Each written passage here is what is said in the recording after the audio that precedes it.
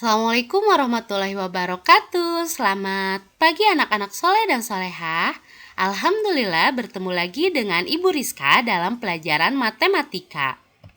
Baik anak-anak, sebelum kita memulai pembelajaran kita kali ini, alangkah lebih baiknya kita membaca basmalah bersama-sama terlebih dahulu. Bismillahirrahmanirrahim. Anak-anak, kali ini kita akan belajar matematika KD 3.7 dan 4.7 dengan materinya yaitu tentang menjelaskan dan menganalisis data yang berkaitan dengan diri peserta didik atau lingkungan sekitar serta cara pengumpulannya. Adapun tujuan pembelajaran kita kali ini, setelah pembelajaran diharapkan siswa mampu yang pertama menjelaskan mengenai data dan data diri. Yang kedua, menjelaskan tentang pengumpulan data dengan cara tes. Yang ketiga, menjelaskan tentang pengumpulan data dengan cara bertanya langsung. Yang keempat, menjelaskan tentang pengumpulan data dengan cara isian singkat. Yang kelima, menjelaskan tentang pengumpulan data dengan cara pencatatan langsung. Dan tujuan yang keenam, menganalisis data yang didapat. Agar tujuan pembelajaran kita tercapai, Ibu harapkan kalian memahami setiap penjelasan yang disampaikan. Pertama, kita akan membahas tentang pengumpulan data. Apakah kamu sudah mengetahui berat badan dan tinggi badanmu? Kalian sudah mengetahui berat badan dan tinggi badan kalian? Apakah kalian juga tahu golongan darah kalian?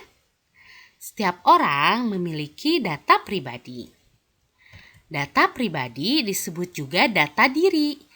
Kenapa disebut data diri? Karena data pribadi adalah data-data yang berhubungan dengan diri sendiri.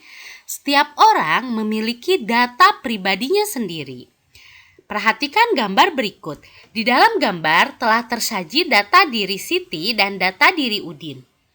Data diri Siti mencakup atau berisi tentang nama, tinggi badan, berat badan, golongan darah, dan ukuran sepatu. Begitupun dengan data diri Udin. Data diri Udin di sini memuat nama, tinggi badan, berat badan, golongan darah, dan ukuran sepatu. Tetapi isi dari data keduanya berbeda karena data diri mereka itu berisi tentang data dirinya sendiri. Data diri Siti, namanya Siti, tinggi badan 130 cm. Sedangkan tinggi badan Udin 150 cm. Berat badan Siti 40 kg. Sedangkan berat badan Udin 50 kg. Golongan darah Siti, golongan darahnya O, sedangkan Udin golongan darahnya A. Ukuran sepatu Siti 35, sedangkan ukuran sepatu Udin 36. Sudah tahu mengenai data diri? Baik, sekarang kalian mengetahui tentang data diri itu ya tadi kumpulan data diri kalian sendiri. Tapi kalian tahu nggak sih apa itu data? Nah, menurut Kamus Besar Bahasa Indonesia atau disebut KBBI, data adalah keterangan yang benar dan nyata. Data adalah sesuatu yang belum mempunyai arti bagi penerimanya dan masih memerlukan adanya suatu pengolahan. Data dapat berwujud suatu keadaan, gambar, suara, huruf, angka, matematika, bahasa, ataupun simbol-simbol lainnya yang dapat digunakan sebagai bahan untuk melihat lingkungan, objek, kejadian, ataupun suatu konsep. Nah, hasil pengolahan atau pemrosesan data disebut informasi. Informasi dapat digunakan untuk menambah wawasan pengetahuan bagi yang menerimanya. Nah, untuk dapat mengolah data menjadi sebuah informasi, kita harus mengumpulkan data terlebih dahulu dengan menggunakan metode pengumpulan data. Metode pengumpulan data merupakan teknik atau cara yang dilakukan untuk mengumpulkan data. Metode pengumpulan data diantaranya melalui angket, wawancara, pengamatan, tes, dokumentasi, dan sebagainya. Data yang diperoleh secara langsung dengan menggunakan metode-metode yang disebutkan tadi, misalnya melalui angket, wawancara, pengamatan, tes. Nah, itu disebut data primer karena didapatkan secara langsung oleh kita bertanya kepada sumbernya. Sedangkan data yang diperoleh tidak secara langsung, misalnya melalui dokumentasi, melalui data-data yang diperoleh dari UKS atau dari guru. Nah, data tersebut disebut data sekunder karena kita tidak mencarinya secara langsung, tetapi kita mencari atau mendapatkan data dari dokumentasi yang sudah ada.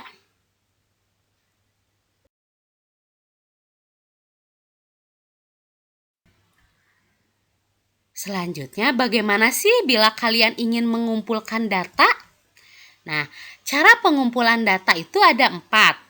Di sini yang pertama yaitu dengan cara tes. Seperti misalnya tes itu ketika kalian ulangan atau misalnya mengerjakan soal. Nah, ulangan harian termasuk pengumpulan data tes. Nah, dalam ulangan harian didapatkan informasi perkembangan belajar siswa. Dilihat dari nilai ulangannya.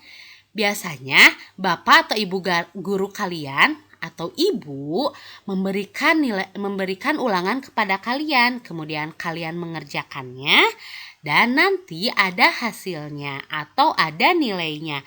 Nilai kalian tersebut itu adalah data atau informasi untuk ibu. Kemudian pengumpulan data yang kedua yaitu dengan cara bertanya langsung. Bagaimana sih cara bertanya langsung? Misalnya, contoh,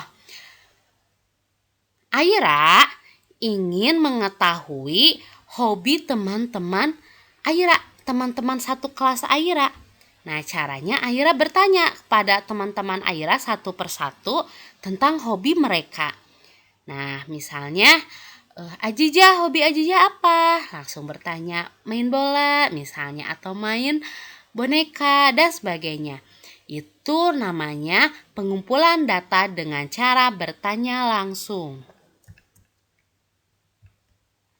Kemudian pengumpulan data yang ketiga yaitu dengan cara isian singkat. Nah, ketika kalian ingin mengumpulkan data dengan cara isian singkat, terlebih dahulu kalian harus membuat sebuah angket.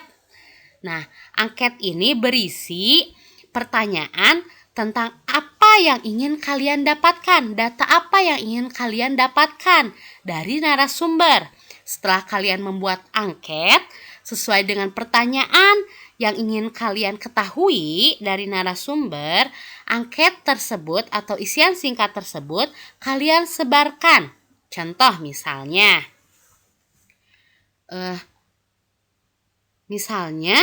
Sultan ingin mengetahui tinggi badan dan berat badan teman-teman Sultan satu kelas. Kemudian Sultan membuat isian singkat, membuat angket.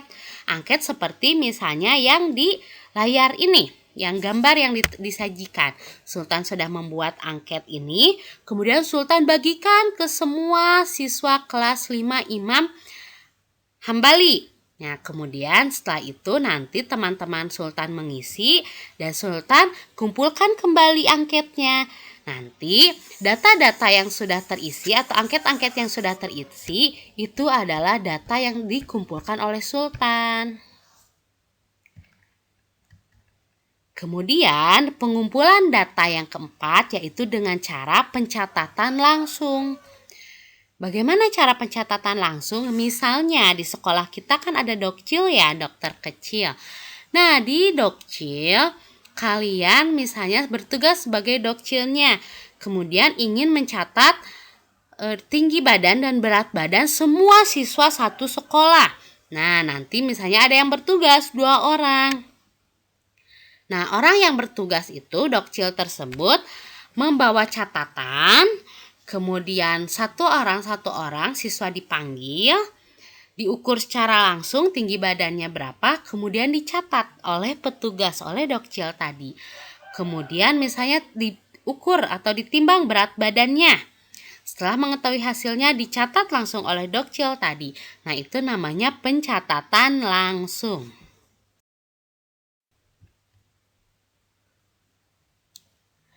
Nah, tadi kita sudah mengetahui cara pengumpulan data. Ada 4, dengan cara tes, kemudian bertanya langsung, isian singkat atau angket, dan pencatatan langsung. Sekarang, ketika kita sudah memperoleh data, bagaimana sih cara menganalisisnya, cara membacanya?